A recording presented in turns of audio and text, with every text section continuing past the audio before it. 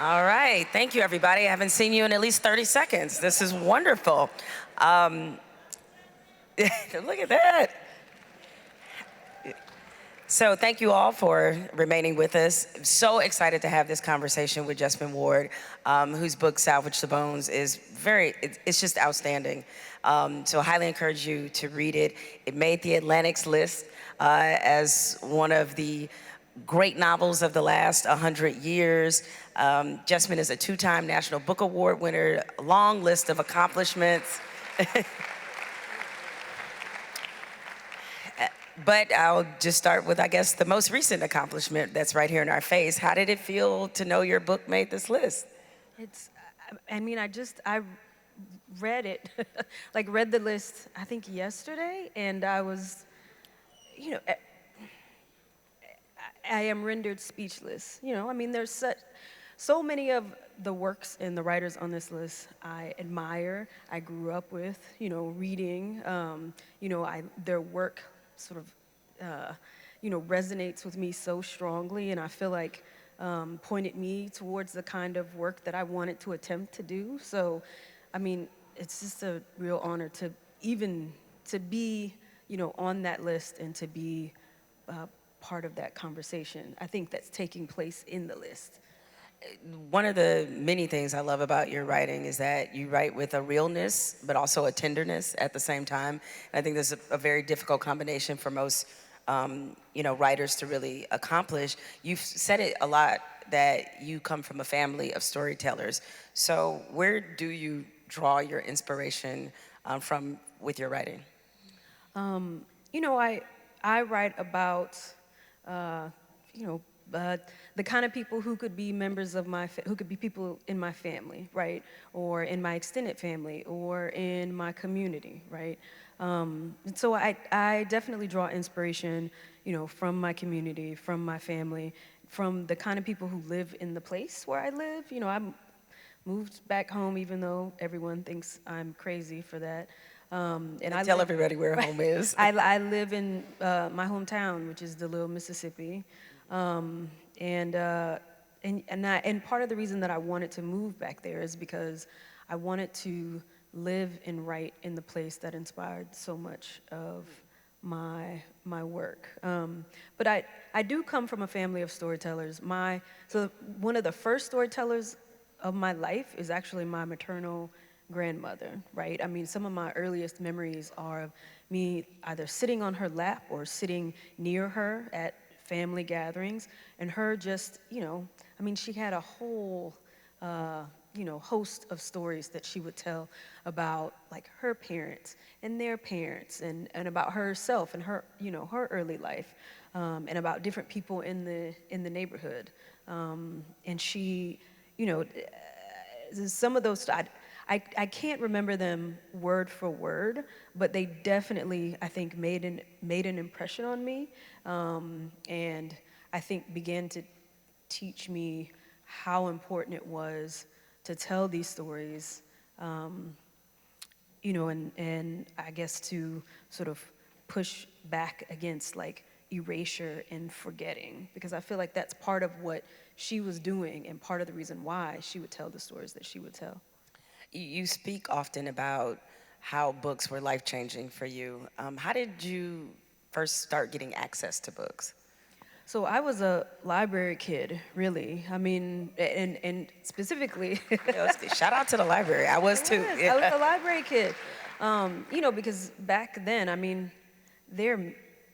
don't even know where the nearest bookstore was. I grew up on the Mississippi coast, in a rural little town, in the 80s and through the mid-90s. And so I always, depended on either my school libraries or the local public library, which was actually in the next town over, because my town is so small that we don't actually have a public library. And I think that's one of the things that scares me most about the book bans, right? Especially, like, the amount of restriction and censorship that's happening in school libraries, because I know how important school libraries were to my reading life. I was like a as soon as I learned how to read, I was like a voracious reader, and I read everything that I could get my hands on.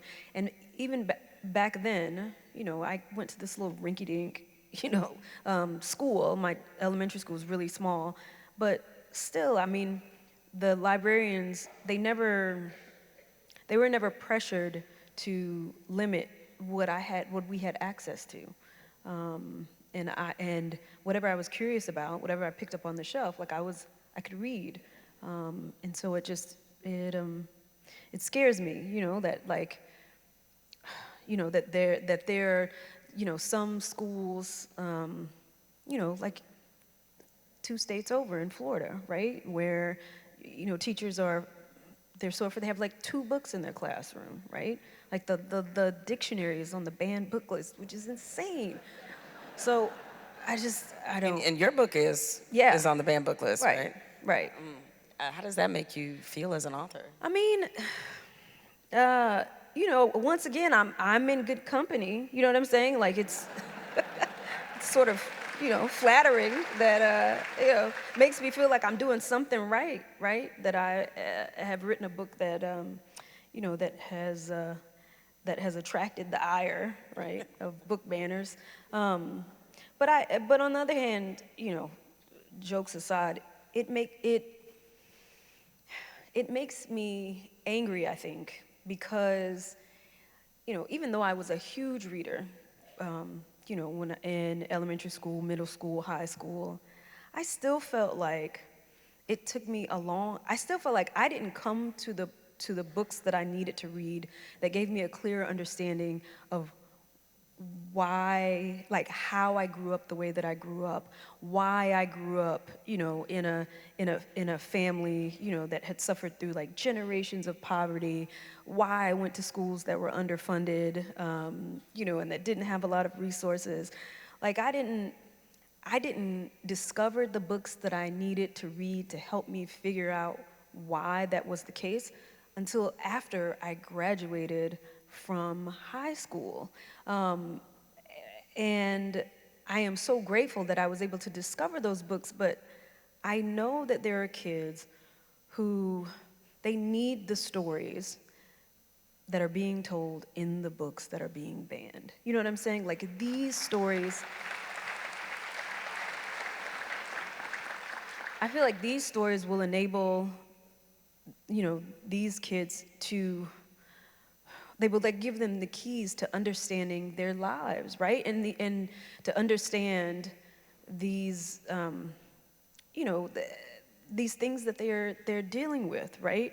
And to take those keys, right, that lead to understanding away from children, I don't know, that makes me angry, and it breaks my heart too, because I feel like when I was writing Salvage the Bones, like in part, I was writing it for the Eshes out there. You know what I'm saying? I know that these girls exist, right? I know that they feel alienated and they feel silenced and they're trying to figure out how to navigate the world and how to understand, their sexuality and how to understand, what it means to, to be a teenager, to be a woman, to be a black person, to be a Southern person, like all these things, to be a straight person, like they're trying to figure all of this out.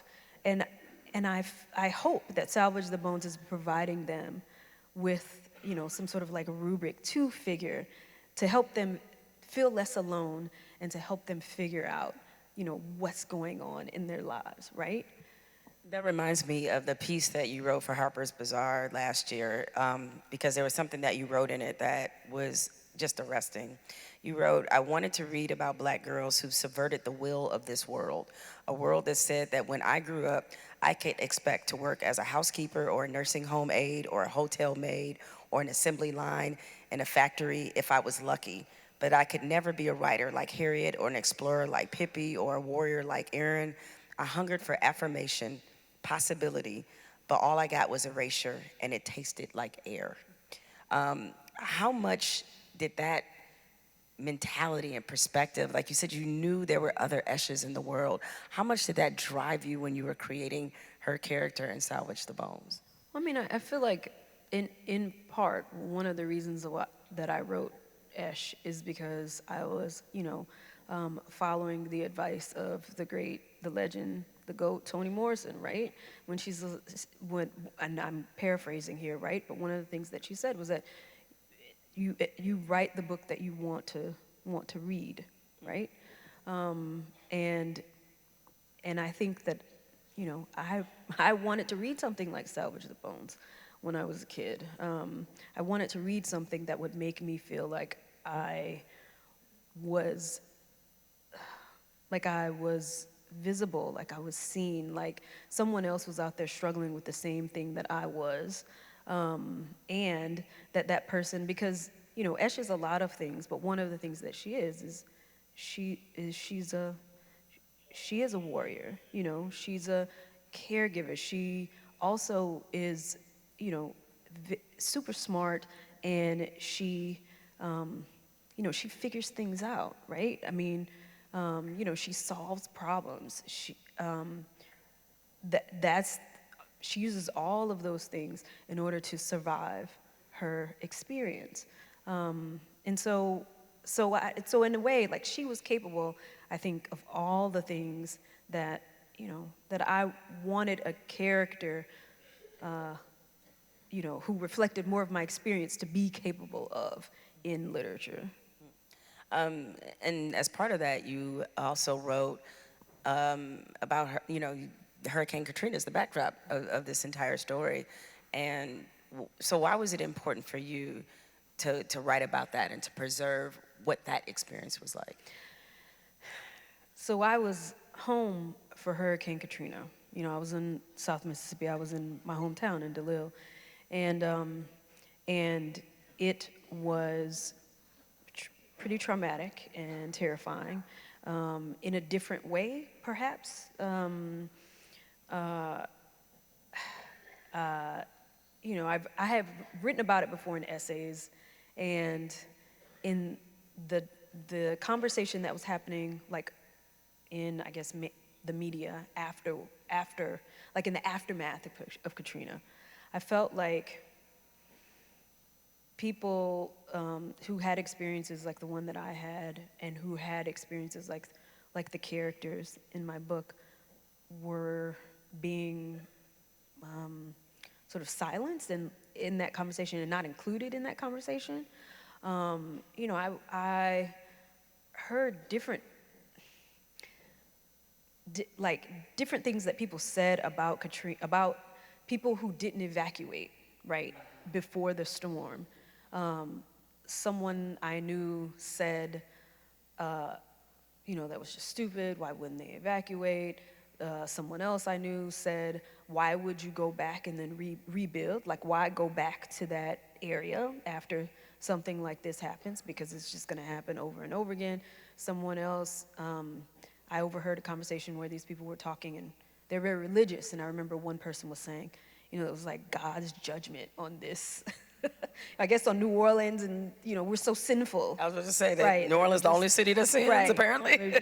We're sinful, so that's why God sent the hurricane to wipe us off the map.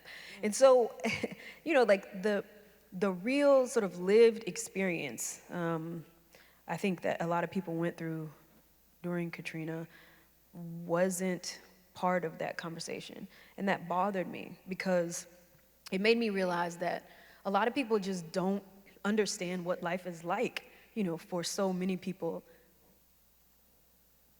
down here who are like the characters in my book. And so many people, who are here in New Orleans who didn't evacuate, right? I mean, nobody evacuates because they want to go through some traumatic experience, right? Like, people don't choose to avoid evacuation because they want to test their mettle against a hurricane, right?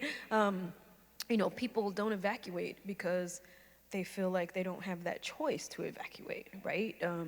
It's impossible for them for several different reasons. Or, where I come from, that is a component of it too, but another one of the reasons that people in my family and extended family and community don't evacuate is because there's so many of us. Like, it's we don't have the resources, right, to evacuate everyone that we care about. And so our, like the choice that we feel like we have to make is, okay, we're gonna stay here and we're gonna go through it together, right? And we're gonna do all the things that we've done for generations in order to survive this. And so I wanted that to be present on the page. I wanted that to be part of the conversation, those realities to be part of the conversation around Hurricane Katrina.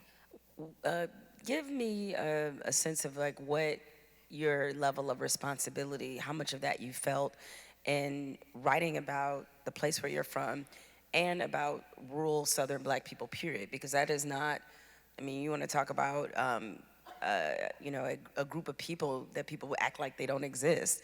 Hence why all these wonderful political stories that whenever they talk about the rural South, they always wind up in a diner with all white people. But nevertheless, yeah, just give me a sense of like what kind of responsibility did you feel to how you wanted to present this to other people who have never heard of this place or do not often encounter people like this? Right.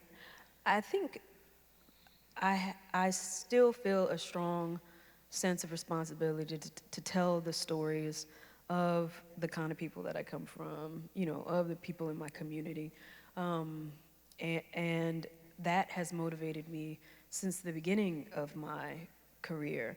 I have struggled with it because I feel like there's some, I don't know, pushback against it because, I come from a poor background. I come from a background where, my like the reality of how people live and how people have lived for generations in the place that I'm from. I mean, my grandmother used to tell stories about sundown towns. She had her own, experiences with sundown towns. One of my great-great-grandfathers was killed by a squad of like revenue agents, right? A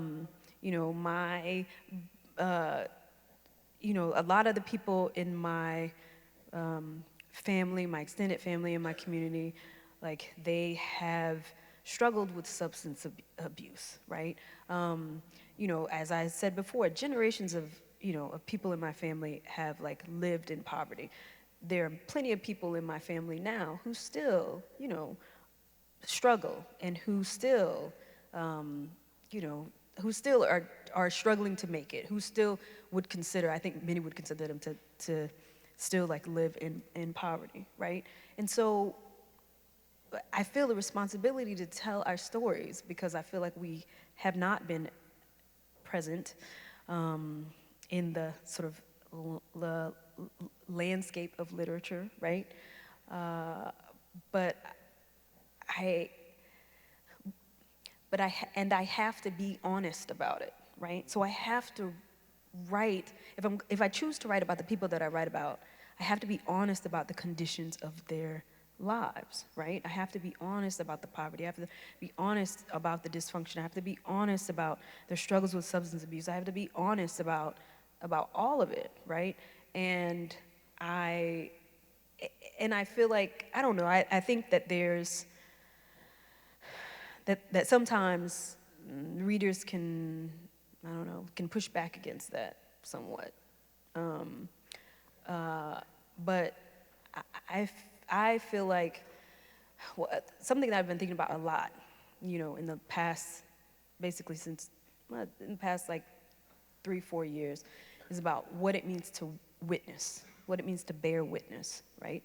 And that, I feel like that is part of my job as a writer because I am choosing to tell the stories that I tell about the people that I am writing about, right? Like I have to bear witness. I have to be honest. And that honesty has to bear itself out on the page. As you were saying earlier, I try to balance it with tenderness. I try to balance it with, what Clint Smith was talking about earlier. Like I try to make my characters as complicated and as complex as I can, right? So that the reader feels as if they are living this experience with this person that is probably nothing like them, right? And my hope is that I make the reader through that experience, the reader feels empathy, right, for the people that I'm writing about, and then they take that empathy out into the real world. That's my hope. Well, I think you amazingly accomplished both because while I've certainly never experienced something like Hurricane Katrina, and while I am familiar with poverty, having grown up in poverty, but just in Detroit, the characters in Salvage the Bones, and all of them, there was something we all can easily relate to dreaming, to being insecure, to like all these other more bigger, broader elements. I want to ask you though, in light of, the book banning that we discussed, in light of just the overall attack on intellectualism, period, that this country seems to be under and embracing, sadly, why, in your opinion, does fiction writing or fiction as a genre, period, still matter? Because I think that that fiction does something that movies can't necessarily do, that maybe television can't necessarily do. I think there's something about the act of reading, right, that enables a reader to sink into an experience and be immersed in an experience with another person, right, like with a character, and to impart, I think that experience feels lived in a way that it doesn't necessarily, it may not feel, I don't think you get that same experience, in other types of media, but in fiction, I feel like that happens, right? Every time I surface, that's why I use that language, right? Every time I surface from like reading a book, I feel like I've lived that experience, right? And again, like that experience of being with another person, of living with them, of hearing them speak, of feeling what they feel, of sympathizing with them, of empathizing with them, I think that does have real world, I think that does inspire change, right, in the real world, like outside of the book. I feel like it's one of the reasons why, I feel like, things go in cycles, and so I don't know. I feel like 10 years ago or 14, 15 years ago, when I was sort of just entering, trying to get published and like entering the publishing industry, there was all this like panic over, books, right? Like, people aren't reading anymore. No one's gonna read ever again. Like, but I don't know.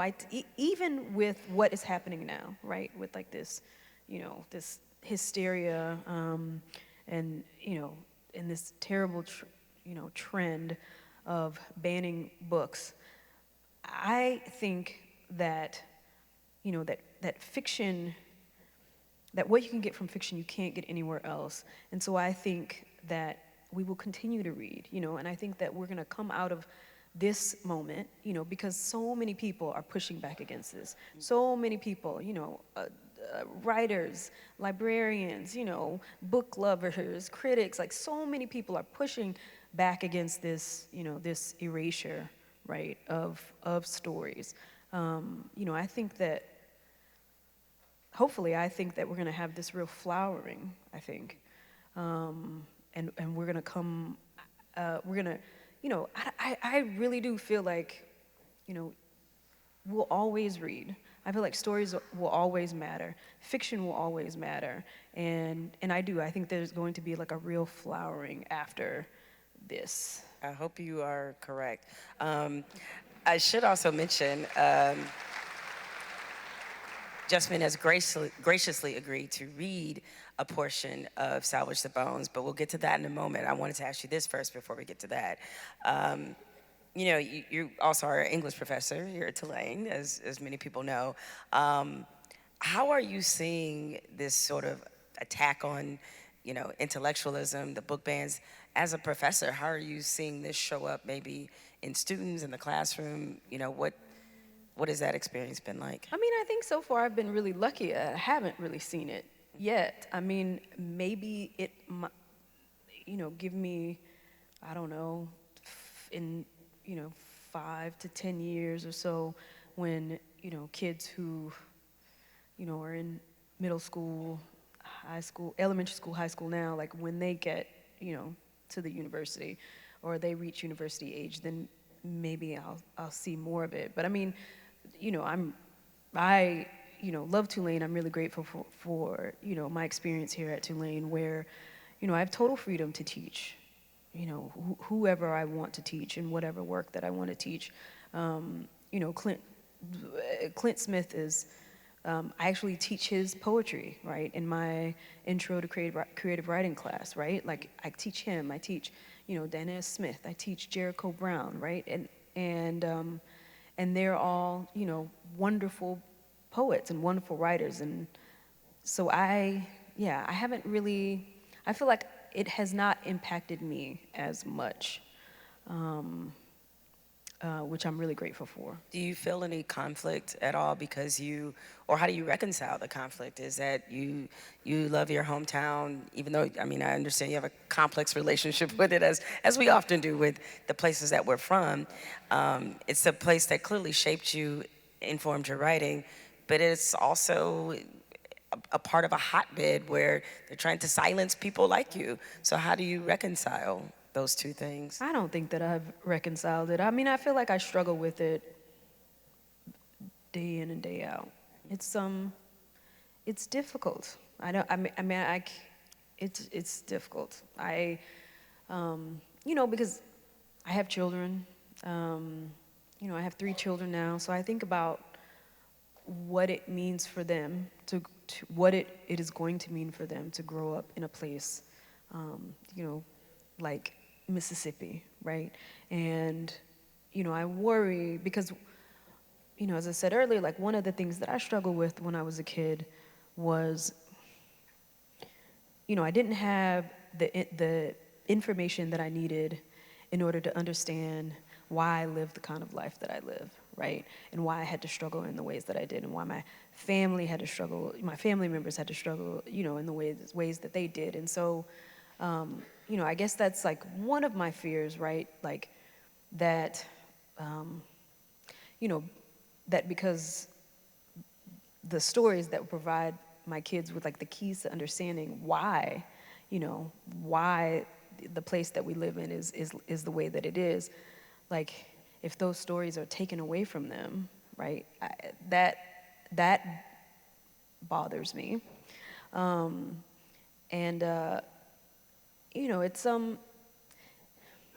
It's difficult to live in a place where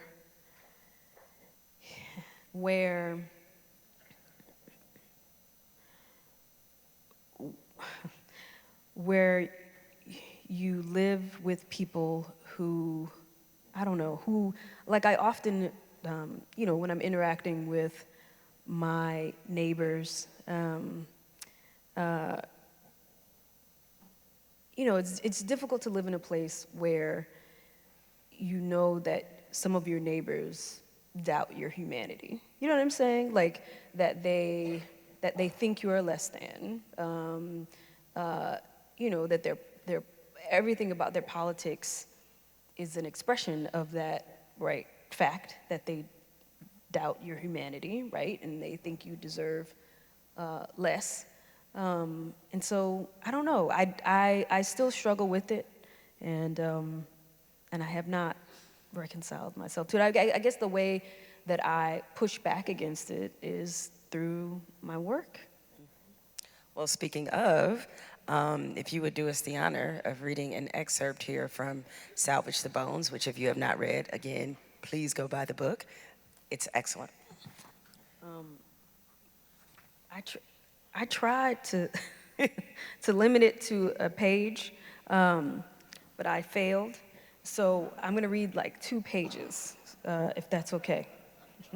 So this comes from the end of from the next to last chapter of the book, when Hurricane Katrina hits Salvage Bones follows a family where, there's a father who's sort of absent, and then there are 4 children. Esh is the second child. She's the only girl.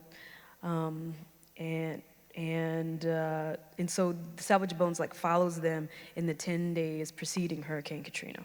So in this excerpt that I'm about to read, Hurricane Katrina has hit, and the storm has been going on probably for a couple of hours now. And so the family is sheltered in place in their house. They've done all those things that you do to get ready for a hurricane. They've boarded over the windows. They've gotten canned goods. They've gotten, batteries and light sources and filled up their tubs with water, right? And so that's where we're entering the book. Junior, Randle says, I know you ain't pee yourself. Junior leans over, touches the ground beneath his butt, his face, and his thighs. I didn't do that. Then why it's all wet over here? We have been sitting in the living room, terrified and bored. I'm trying to read by the oil lamp, but the sound of the words are not coming together over the sound of the wind and the rain relentlessly bearing down on the house. They are fragments. She's reading Edith Hamilton's Greek mythology. Jason has remarried, and Medea is wailing. An exile, O God, alone. And then, by death, oh, by death, shall the conflict be decided. Life's little day ended. I shut the book, don't even mark my place, and sit on it. I'm cold. Skeeta and China look like they've fallen asleep, his hand on her flank and her breastbone on his knee. But when Randle says this, their eyes open to slits at the same time. China is Skeeta's pit bull. The half deck of Uno cards that Randle had been attempting to teach Junior how to play stick to the floor around Junior's legs. I shrug out of my covers. The thin stream of air that whispers from under Daddy's door brushes past me like a boy in a school hallway, insistent and brusque. And why are my shorts wet? Is it gone? Am I bleeding? Shouldn't I be cramping? I stand. The floor underneath me is dark. China rolls to her feet, her teeth out, and Skeeta grabs her by her scruff as she lunges. He holds her still. He stands, looking calmly about the room. It's water. It's coming in the house, Skeeta says.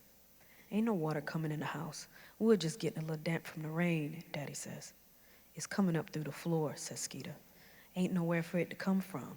Daddy waves at the room, waves like he's stopping one of us from giving him something he doesn't want. His antibiotics, a letter from a teacher, a school fundraising brochure. Look, Randle says, and he walks over to the window facing the street and bends like an old man peering out. A lot of trees on the road. But you don't see no water, Daddy says. No. Skeeta and China walk past Junior, who stands where Randle left him in front of the sofa. Junior is picking up each foot, setting it down. He looks at the bottoms as if he cannot believe that he has feet and that they are wet. He pulls his shorts away from him, but they stick anyway. Skeeta peers out of the window with China next to him. There, Skeeta says. Randle and I run to the window at Skeeta's side, but Junior is there first, and we are all over each other, our feet wet, the carpet a soaked sponge where we stand, Daddy looking at the window like it isn't boarded up, like he can see through it. There is a lake growing in the yard. It moves under the broken trees like a creeping animal, a wide-nosed snake. Its head disappears under the house where we stand, its tail wider and wider, like it has eaten something greater than itself, and that great tail stretches out behind it into the woods, towards the pit. China barks. The wind ripples the water, and it is coming for us. There is water over my toes. The pit, Randle sighs. Daddy gets up then, walks slowly over to the window, each bone bent the wrong way in each joint. Randle moves so Daddy can see out of the crack. No, Daddy says. I shift, and the water licks my ankles. It is cold, cold as a first summer swim. China barks, and when she jumps down from the window and bounces, there is a splash. Daddy? Randle says. He puts his arm over Junior, who, cringing with his eyes wide, hugs Randle's leg. But for once, Randle's arm doesn't look like metal, like ribbon, like stone. It bends at the elbow, soft, without muscle, and looks nothing but human. Daddy, Junior squeals, but he buries his face in Randle's hip, and Randle's hip eats the end of the word. Junior rises an inch or so. He must be on his toes. The water is up to the middle of my calf. Look, I say. There is something long and dark blue between the trees. It is a boat. Someone has come to save us. But then I squint and the wind lags clear for 1 second, and it is not a boat, and no one has come to save us. It is Daddy's truck. The water has picked it up, pushed it from the pit. The snake has come to eat and play. Your truck, Skeeta says. Daddy begins to laugh.